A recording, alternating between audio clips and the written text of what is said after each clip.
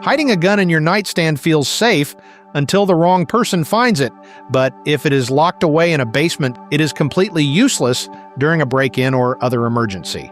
Today, we will show you exactly how to stage your firearms so they stay secure yet instantly accessible the moment you need them.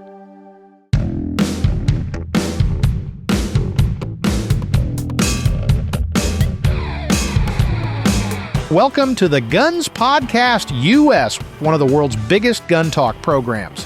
Thanks for joining us as we talk about everything interesting in the world of shooting. I'm your host, Brent Wheat, and in today's episode, we are tackling the practical realities of staging firearms in your home. Roy and I will discuss the balance between keeping your guns locked away from unauthorized hands and keeping them accessible enough to actually protect your family while also diving into vehicle security, muscle memory under stress, and why keeping a gun on your body might be the best option. Before we get started, here's a quick word from our sponsor, EOTech. EOTech is the leading manufacturer of electro-optics, known for their world-famous holographic weapon sights. EOTech also supplies high-performing precision rifle scopes for both the tactical and hunting markets, as well as ruggedized pistol optics for professional or recreational use. A full line of night vision thermal and laser systems are also available for military and law enforcement around the globe. For more info, visit eotechinc.com. Now, let's get down to business.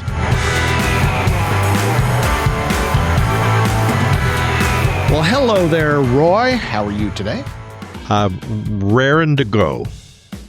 Well, I am too. I've had a good day all day and went to a meeting that I thought was going to be painful and nobody got thrown out or argued. It's been a good day all the way around. The topic today is something that came out of a conversation I had over the past weekend. We were talking about where we stage guns in our house. And I've got a buddy, and at one point it almost turned into a kind of a one-up, a friendly one-up. But it's something that's always intrigued me because I've always been interested in hearing where people stage firearms in their home. And I thought, we've never talked about that. We've touched on it. Yeah, I keep a gun here. I like to put a gun there. But I thought today, the entire topic, we're going to talk about that. And I'm sure we'll probably get into a story or two. But before we get started, of course, disclaimer, if you have small people around or irresponsible people, many of the things we're going to talk about are not safe or prudent.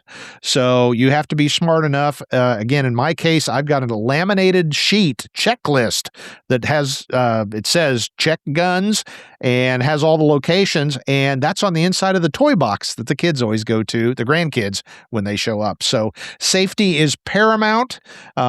But for those folks who are in a position where they do want to have firearms readily available, we're going to talk about that today. So that was kind of long, Roy, but I've got to laugh. When it comes to guns staged, you may be the king. You've pretty much got them every place. So your philosophy overall. Where do you want a gun in your house, Roy? Well, it's interesting. I think for me, it's two different categories. I think if you're someone who does not carry a gun at home, in other words, if you don't have one on you or in your pocket, then you probably should stage some guns around the house for defensive purposes. I would like to say, though, that if you're more than a second or 2 seconds away from your gun, you're too far. Yeah. I mean, because it's like, bang, it's happening. So if you're more than a step or two to your gun, so in some situations that would mean you'd have to have guns pretty much staged everywhere. And to me, why not just stick one in your pocket? Yeah. Yep. And in my case is that I do have some guns staged around the house, but almost all of them are because we get unannounced varmints and critters. And of the like right now, kind. Yeah, I mean, right now I'm chasing a couple of coyotes who have been showing up on the game camera all the time. So I have my coyote gun staged by the back door. Yep. It's getting to be close to fawn season here, and we have a lot of deer on our property, and so we like to try to keep the coyote herd down. I've got a couple 22 rifles, and that kind of stuff. But like I said, those are mostly for fun. Keep the squirrel population down and stuff like that. My honest defensive guns would be in my pocket or on my body. Yeah. But having said that, I guess if you're living in town and your wife doesn't want you to carry a gun on you all the time, sorry, ladies, or maybe your husband doesn't want you to carry a gun on you all the time, then the reality of where do you stage a gun comes up. Well, it's to me, it's always been fascinating, and I'm blessed to have enough firearms that I can have them scattered throughout my living arrangement. And I will say though, Roy, that since as we talked about last time, now that I have a 38 that lives in my pocket 24/7 almost, I still keep my guns scattered about. That's that 2 is 1 is none. And I figure it's not hurting anything. And it was funny, the kids were coming over for Easter or something, and the day after, we actually had our Easter on Saturday. On Easter Sunday, my wife's like, "Where's the shotgun and it's such and such?" And I'm like, I put it away. I locked it away to be safe, but we'll get that back. So that was the first time she ever mentioned that. I thought that was interesting that I've got one of those little short shotguns that are legal, and it is hanging very close to the front door. And it again, I've got, if something happens at the front door, it's likely going to happen fast. If you've ever had the occasion to kick a door or see it kicked in, it doesn't take very long. But at least I've got a heavier firepower within a couple of steps of the door, and apparently my wife likes it being there. So I thought that was interesting. That's really true. I will say that I do have a staged gun, and that's the standard bedside table gun that comes out of a drawer, at nighttime. Yeah. So, Yep. but because I have a couple of racks of guns, there is an 870 there, which I normally use for chasing raccoons at nighttime, but it could certainly do double duty. I would caution people that you need to train though if you're going to do that, because it's happened to me here. I got a new 22 rifle not too long ago, and I put it somewhere that I don't normally stage a 22 rifle, and then when I saw the gray squirrel, I think it was, I'd had a second or two, well, more than that. I had like 5 seconds, and I was going like, where is that? Now, what did I do with that gun? And so so I would caution you that if you have a gun in the kitchen cabinet and a gun behind the seat of your easy chair and a gun over here and a gun over there and a gun over there, that's okay. There's nothing wrong with that. And especially if you have to engage somebody at your front door, and then you make a tactical retreat to the bedroom to your second gun, or as Clint Smith says, his handgun is to fight your way to your rifle that you should never have put down to begin with, Yeah, exactly. Which is true. But what I've found though is that if something happens, because it's happened to me before, is you go, whoa, there's something there, or there's something going on. I need a gun. And then there's this little dance you do in your brain about, okay, where's the gun? Yeah. And then if you're right here, do I go for the kitchen gun? Or do I go for the easy chair gun? Yeah. So it's easy just to get smug because you say, oh, I'm going to stage these guns around my house and stuff. But trust me, when the pink elephant steps in the front door, unless this is something you do, remember we talked about play what if? Exactly. Unless you've been playing what if all the time, like I'm walking down the hallway and suddenly something's happening. Which gun would I go to? Unless you play that, what's going to happen is you're going to have brain freeze, and it's like the kitchen. I'll go to the kitchen gun, right? Yeah. It's already too late. Yeah. Well, that was a great point that I hadn't thought about, but I have done that with every single gun that I have. I've got one near my easy chair, and I've thought, okay, if A happens, what am I going to do? I'm going to do this. I'm going to go there, go to another gun, and I've kind of war gamed that through. I've got the gun near the front door because again, I'm within a few steps of the front door. Am I going to have time to even get it? So I've kind of worked that through that if I do have time to get it, here's what I want to do. And part of that is the whole positioning and, just standing there backlit with your gun, that just makes you a target. So you got to think that through. And I've also talked to my beloved wife, who does not necessarily carry her gun very often, but she likes the idea of having them scattered in different places. So we've kind of talked about that. If this happens, you go here and get this gun and be ready to do whatever needs to be done. So anyway, it's not just putting a gun there. And I would say that's probably the biggest problem that I've identified is when you talk to guys, and we've both seen this from being cops, is, well, I've got a gun here and here and here. Well, so, I've got a piano, but I don't play it. So that doesn't make me a musician. But anyway, all those caveats apply, and don't just put a gun there and think, now I'm safe. I'm ready to protect. So that's the mental gymnastics you need to go through, play the what if, kind of war game these scenarios. But let's go ahead and talk about some of the places that we've seen, we've heard. We're not saying we've done any of this. We're not saying we didn't do any of this, but I'm just always fascinated to hear the inventiveness of how people stage firearms. So I'll just kind of go through a list, Roy, and let me point out one thing before we get down there. I don't think you were totally enthusiastic about this topic. But the more we talk, it's like, but you got a gun here and here and here. So you've got a lot of firearms staged, and I know they're for varmints, but I think it's one of those things you don't think about as, Roy Huntington tactical fort against all. It's just that's kind of what you do. So I thought that was somewhat entertaining.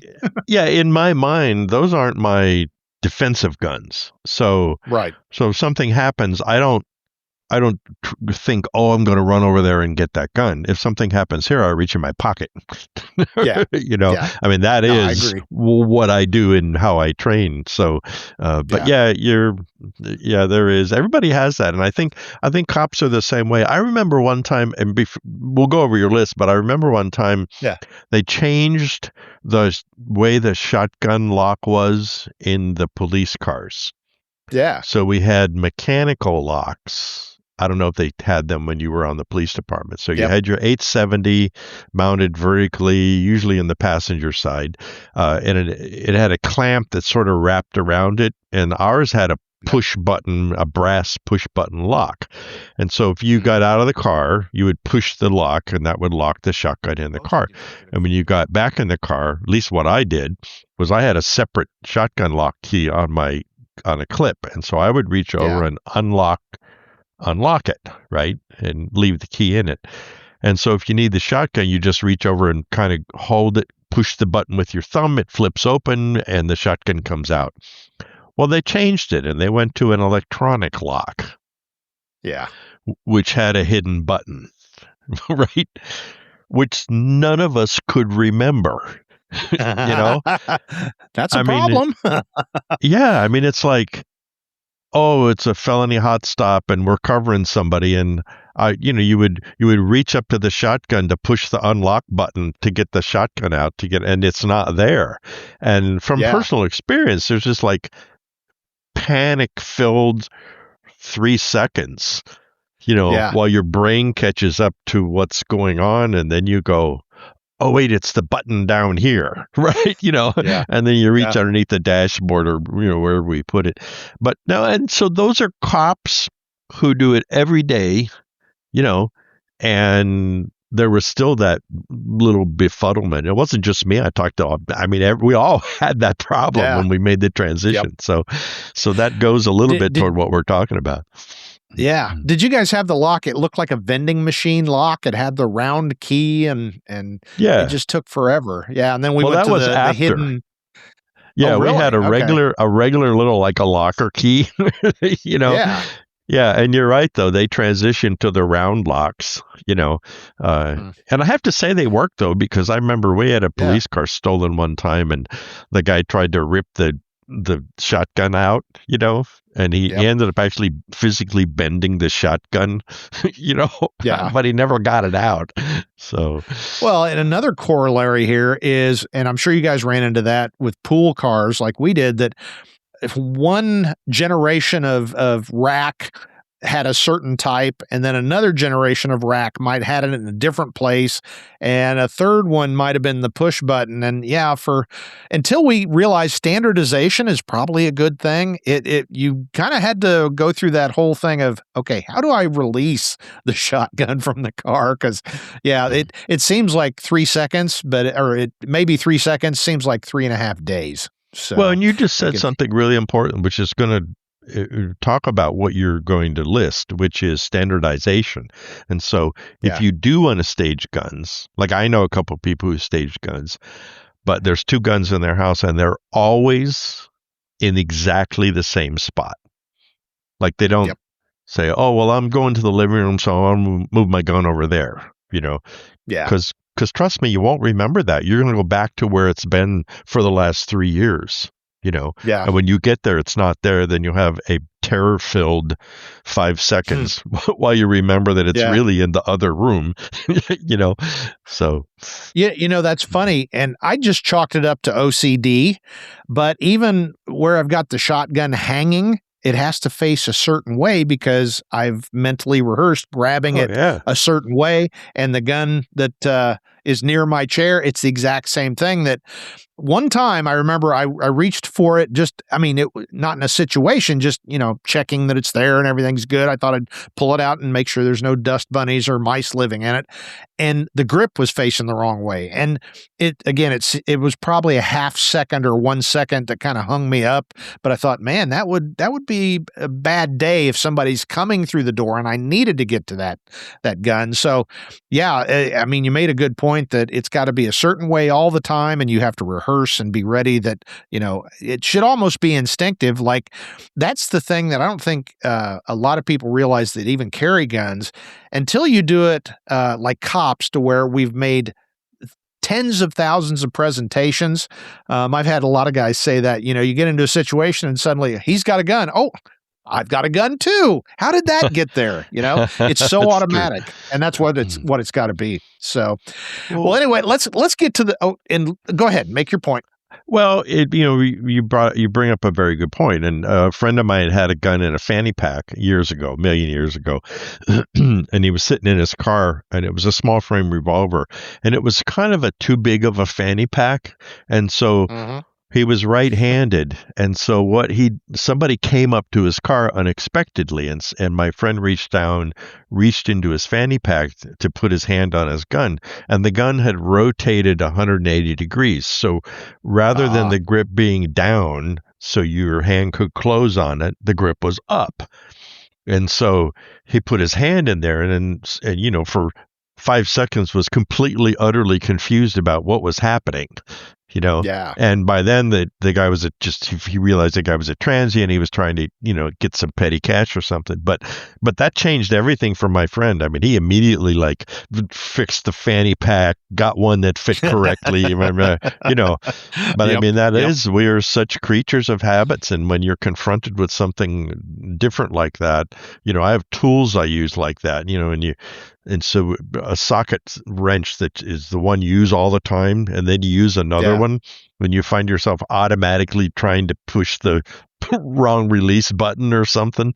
So, Yeah. All right. Well, tell us where we should and shouldn't put our guns. Okay. My favorite, and it's no big deal, but I always feel clever when I think of this, is I've got a table that sits right near where I sit a lot, and especially when my hand is there and I'm just relaxing, my hand is within 6 inches of a gun, and nobody would know. And the way I do that is one of these gun magnets, and this thing is stupid strong. I nearly crushed my fingers when two of them got together. They're that strong, but I've got it mounted under a piece of furniture, and short of doing a fully destructive turn the furniture over, you'd never find it, but it's right next to my hand, and I've got a couple of those, and it is so it is amazingly useful provided you get a good quality one. Mine is from a brand name that escapes me at the moment, but it's actually a little bit of effort to get it off the magnet. It's that strong, so I don't have to worry about suddenly, we're sitting there, we hear clunk, and a gun falls out from under the furniture. But it's very handy, and it makes me feel better knowing that even if I've got a gun in my pocket, because we've talked about if you're sitting in your chair with a gun in your pocket, you got to do some Macarena and stupid people tricks to get to it, whereas I can just snake my hand near that piece of furniture and have a full-size pistol with a light and a TV on top, and it just is that quick. So those magnets I'm a big fan of. So you got any magnets, Roy? I don't, but your point is important. Like most burglars, they want to get in and get out. And so they go in the bedrooms, they open the drawers, they look in the drawers, they look in some real obvious places like that. They open closet doors, they reach on top of closets, and then they take whatever they can lay their hands on, and then they're gone. So whatever guns you stage, if you think you're being cagey and you put it underneath your underwear in your drawer, well, you're not really being cagey. So, but what you're talking about, I mean, that kind of stuff makes good sense. There's a whole genre of hide your gun furniture and things. Wall hangings. I know people that have pictures on the walls that contain all kinds of guns and stuff. I've got a friend who, I'm not going to name names, but his staged gun near the front door is a picture. And unless you really knew what you were looking for, it'd be hard to find. So that stuff's out there. Well, there's a a guy that I know who asked me to make him it's like a tissue box to hold a full-size box of tissues, right? But you can buy these little half-size boxes of tissues. And so really? He designed this. It was a really clever design. And he said, could you make this for me? I said, yeah, that looks interesting. It was easy, right? And so basically you can either pull a tissue out, or you can just sort of grab the top of the box and pull the whole box lid off, and then there's a pistol sitting underneath it. And that's cool. I know it was really cool because I thought, gee, if you're being held hostage or something, and then you can go like, oh man, I just need a tissue because I got something in my eye. It's like bing. But Surprise. That kind of stuff. Yeah, you see I've seen such clever ones where it's like a coffee table. You push a button and it's like boop, comes up. Or like on the header of a bed. I've seen a couple where it'll hold guns in different ways. You can just like reach up and your hand's hitting the back. It'll drop a shotgun right into your hand. Yeah. Those magnets are wonderful because on the headboard, a big stout headboard, you can have a gun right by your head and nobody would see it unless they're looking behind your headboard, which again, most folks are not going to do.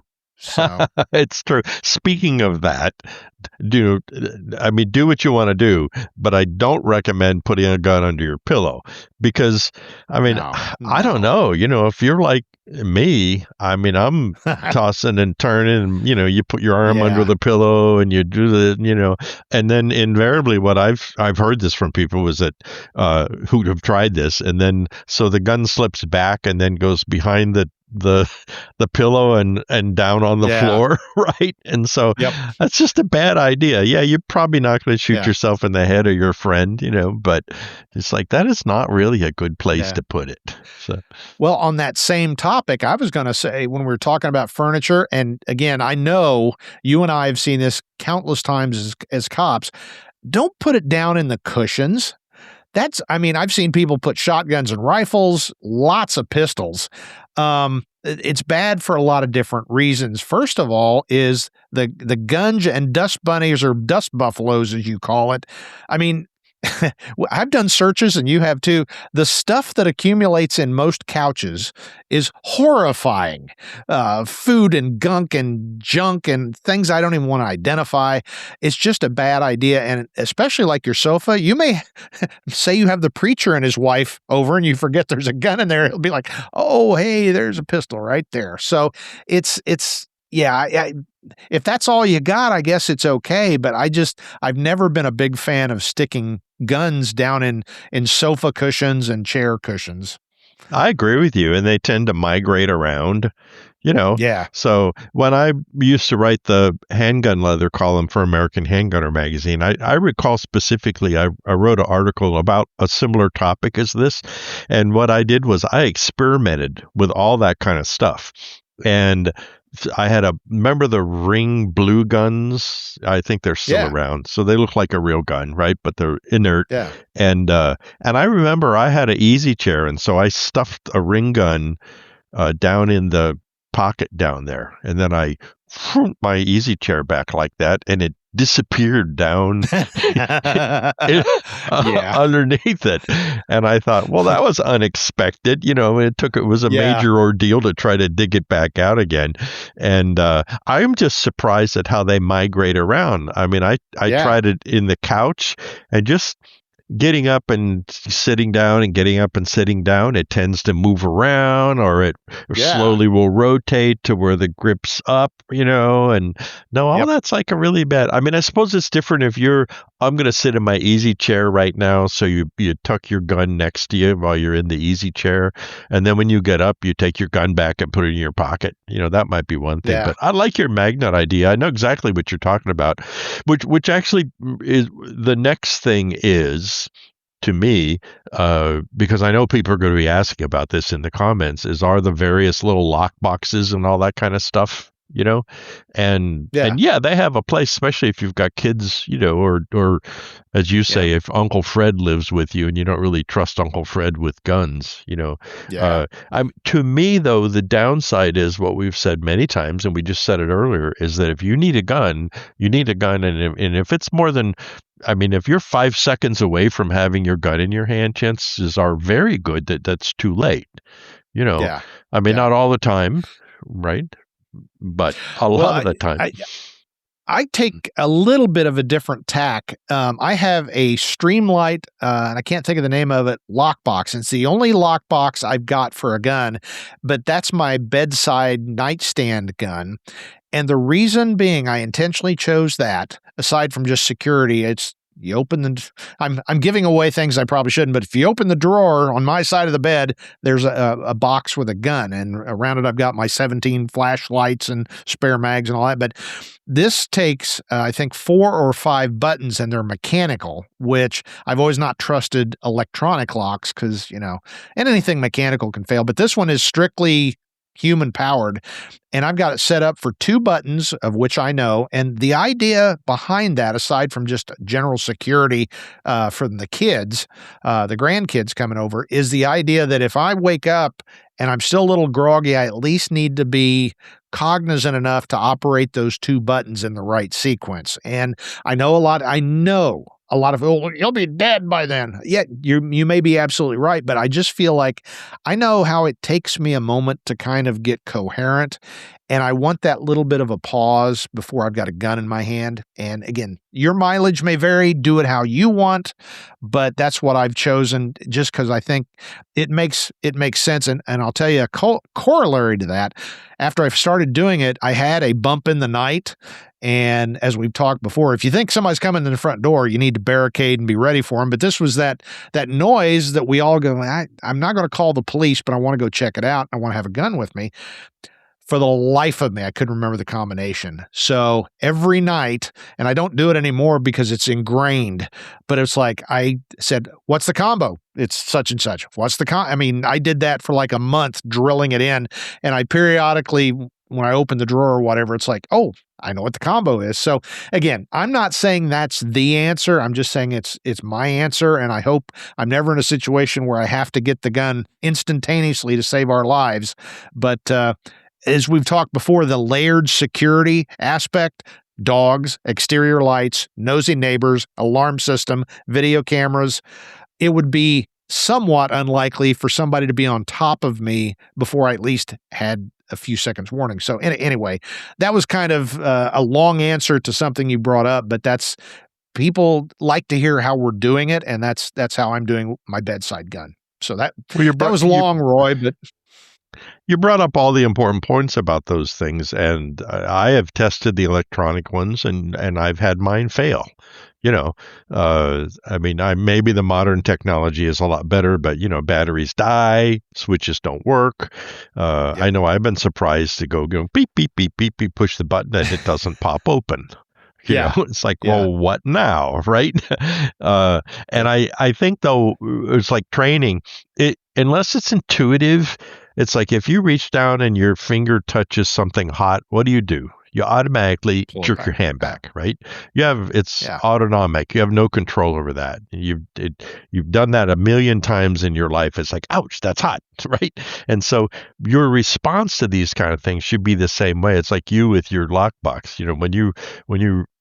When you're doing that process, it's automatic. I mean, you're not even thinking 7, 9. It's just automatic, right? Well, that's what I call it. Immediate. I mean, it's a military term. Immediate action drills. If this happens, you do this. You don't think about it. You don't decide. If this happens, I do this. And that's how I drilled myself on those buttons. If I hear the front door crashing open or something like that, I'm not going to, turn on the light. Hey, honey, I roll over and my finger go to those buttons, and that's it. Then we'll short it out from there. But that's what I've got my mind trained to do. And it's automatic though. Yeah. It's not like the door's crashing. You should already be moving automatically. Yeah. But I think so many people, if they buy a gun, they load it, they shoot it or not the first time. Right. Yeah. And they put it away. Maybe they put it away in a lockbox, and then that's it. That's the total amount of their engagement in that situation. Yeah. And so 6 months from then or 4 years from then, they go, oh, I think I need to get the gun out. And then there's just like litany of, well, where did I put it?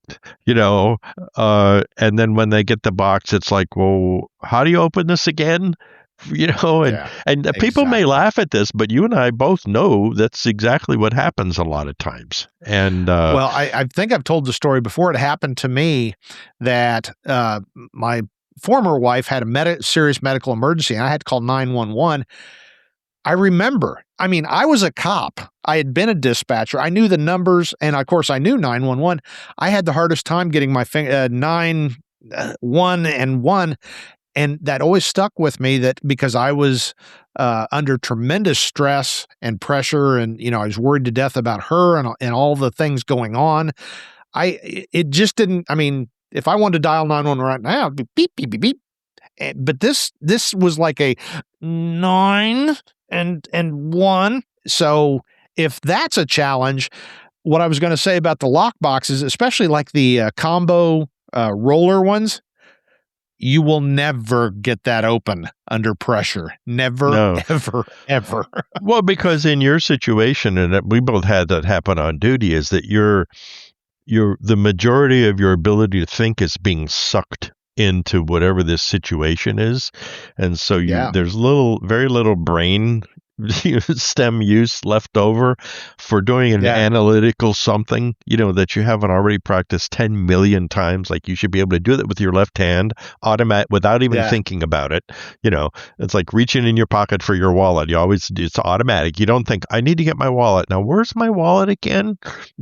And, but I think that's what we're talking about. Session guns is another thing, is that if you're really accomplished and you train and you do all that kind of stuff, great. Stash whatever gun you want to, however you want to. Chances are pretty good that you'll be prepared. You'll know where it is. You'll know how to use it. You've got plans. You've played what if. All that's great. That's how it should be. But the average schmo, though, may not be that person. And so they are going to have some Glock that they bought that maybe they shot one time when they bought it at the indoor range, right? Yeah. And then they'll have it in their lockbox because the guy behind the gun counter sold them a lockbox to go with it, right?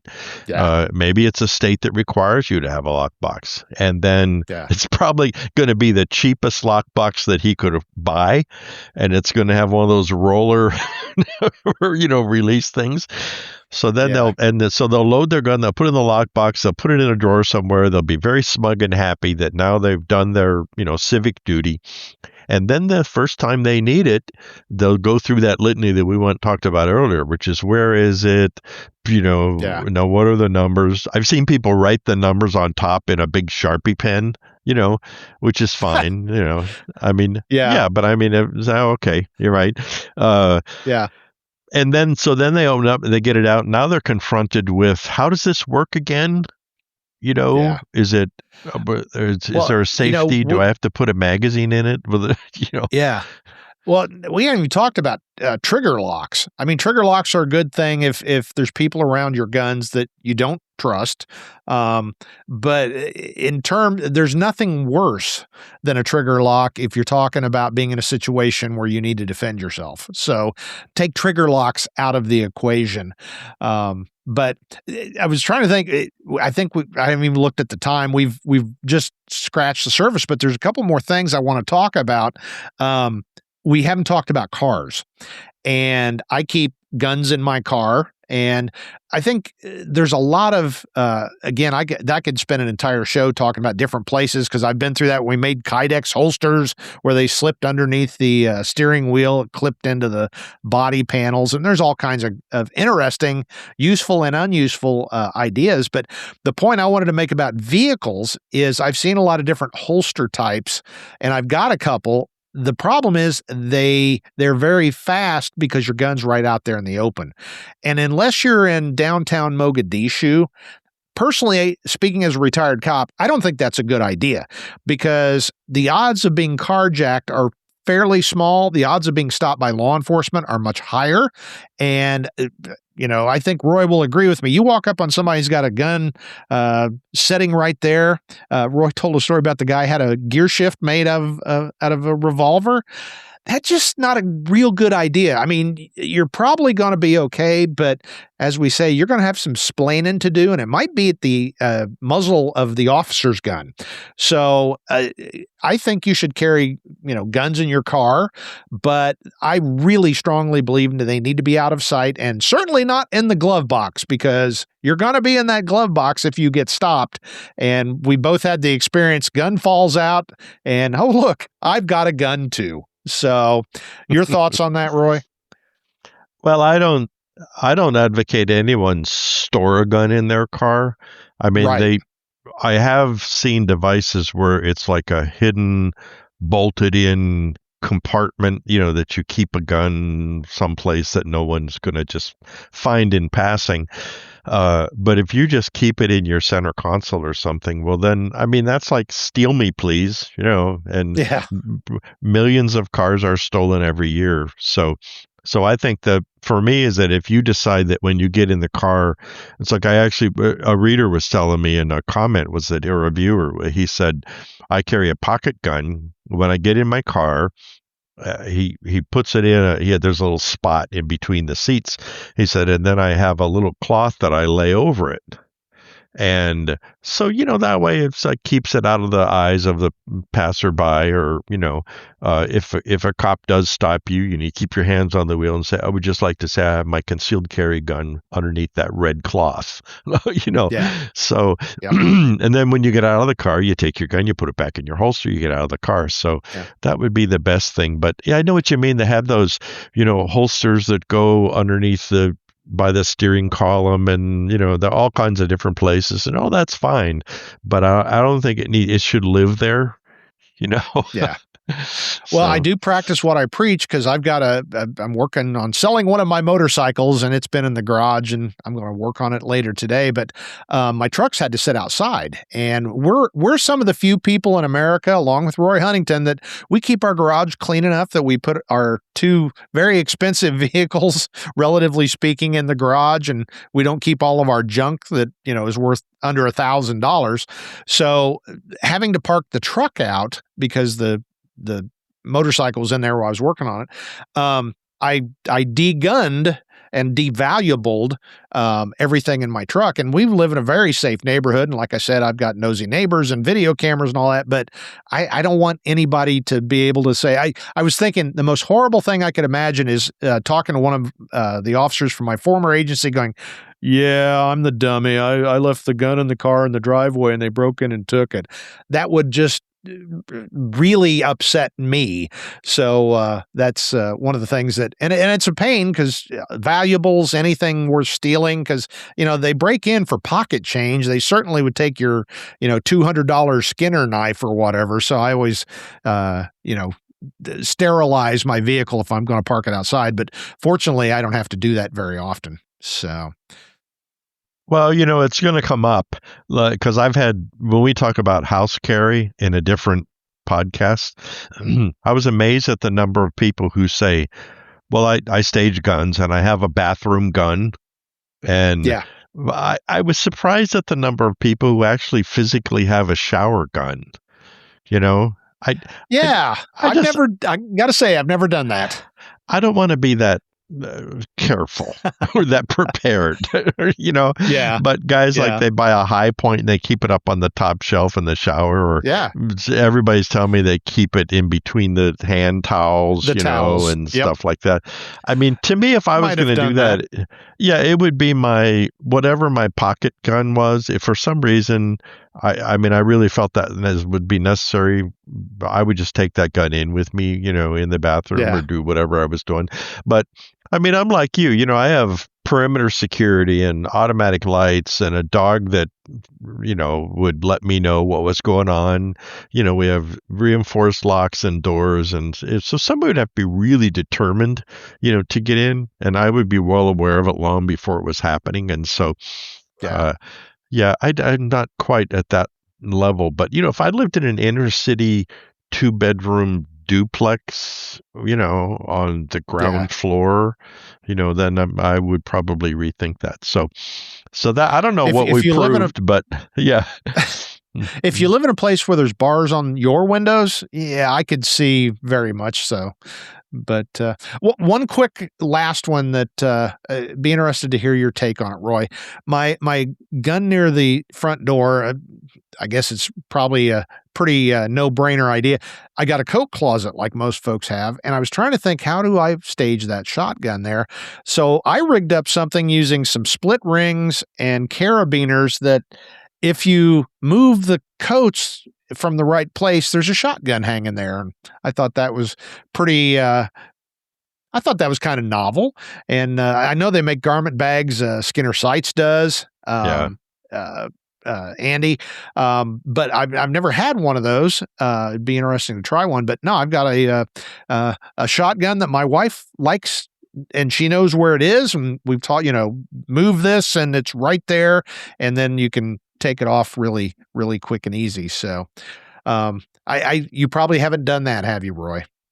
I haven't, but I really admire the Skinner Sights one. I know he has that. It looks like a garment bag.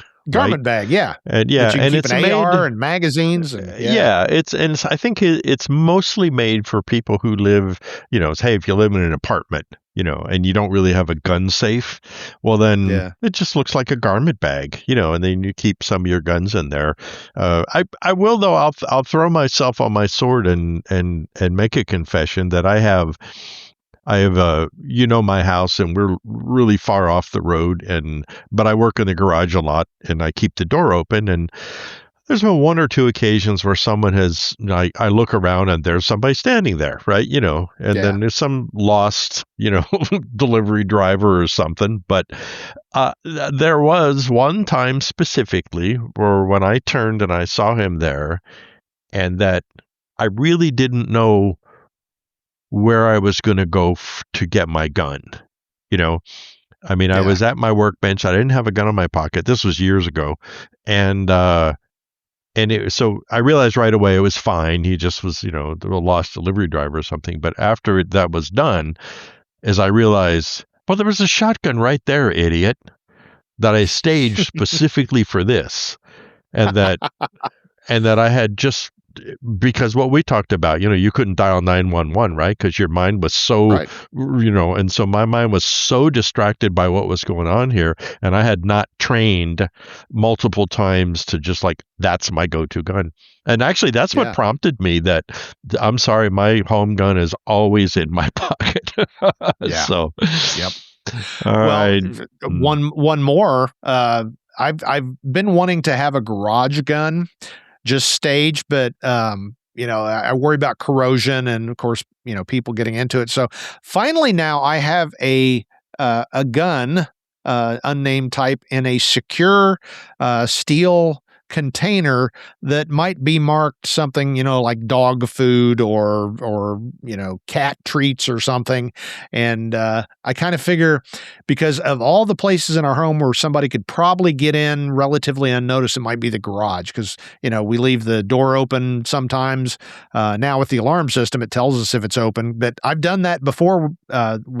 Left it open all night, which is the most horrifying, feeling when you go out. It's like, did you close the door? No. Did you open the door? No. It was open all night. So now we get a notification. But I work out there a lot, and I do a lot of yard work and gardening. And I just, again, I've got a 38 in my pocket, but I wanted something else handy. And so I came up with this nondescript, and the main concern I had was just that somebody saying, oh, if that says, emergency gun, or it's a gun locker, they're going to go, oh, I can steal his tools and I can steal that. Well, the way I've got it set up, it's easily accessible, it's quick to get to, but most folks are going to ignore it and think I don't need any of that stuff. I've got his socket wrenches here. So, well, that's anyway. I'd hide in plain sight thing, like the hidden furniture thing we were talking about.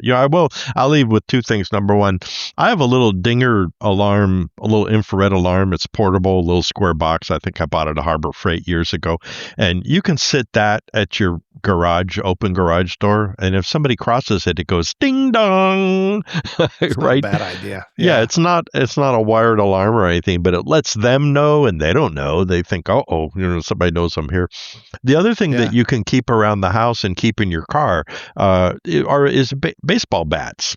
And no one thinks about it. You got a baseball bat by your front door. So if you have to beat the snot out of somebody, there it is right there, right? You put a baseball bat on your back seat, hook a baseball mitt over it, leave a softball next to it. And if you're ever stopped, it's like, well, what do you do with that? It's like, I play softball. Yeah, exactly. But you always have it there. So.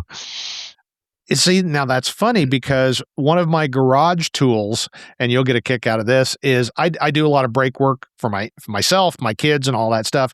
And sometimes, getting the a frozen nut or stud off that front disc brake is challenging. And I fought for years, and I've laid under the car and used my feet and all that.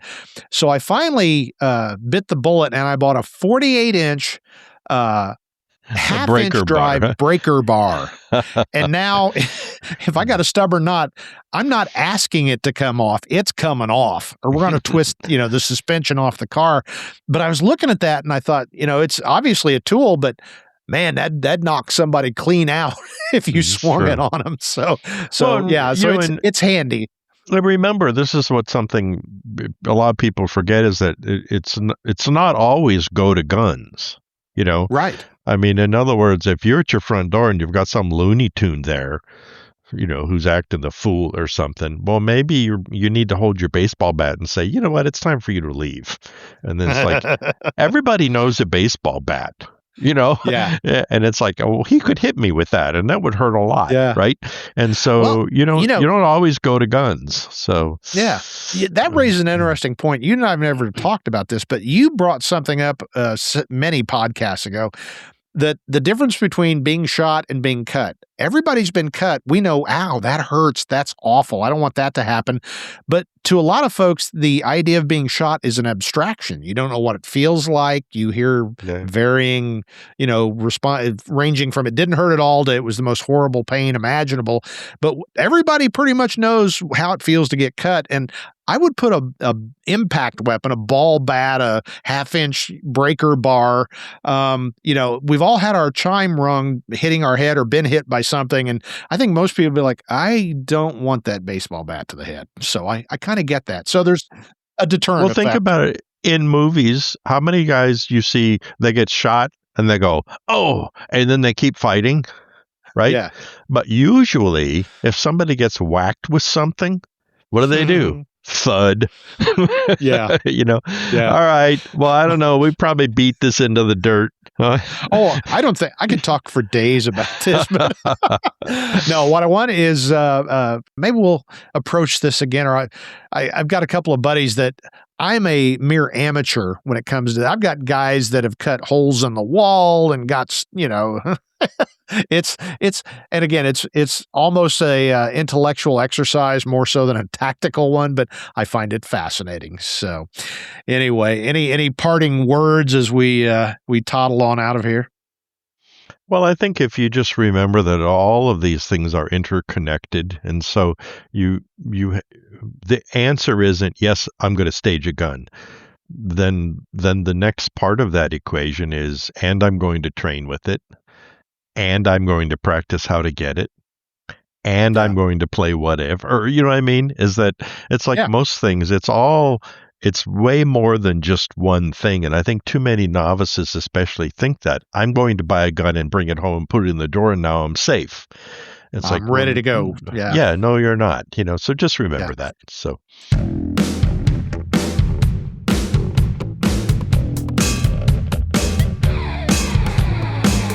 that wraps up our look at home defense firearm staging and how to make sure your skills and gear are ready for the real world. If you're looking for more information or want to score some of our great merchandise, visit our website at gunspodcast.us. And before we go, we'd like to extend a big thanks to our amazing sponsor, EO Tech, for making this show possible. You can check out their great reliable optics and other gear at eotecinc.com. Now, on behalf of the team at Guns Magazine and my co-host, Roy Huntington, I'm Brent Wheat, reminding you again, now get out there and get shooting.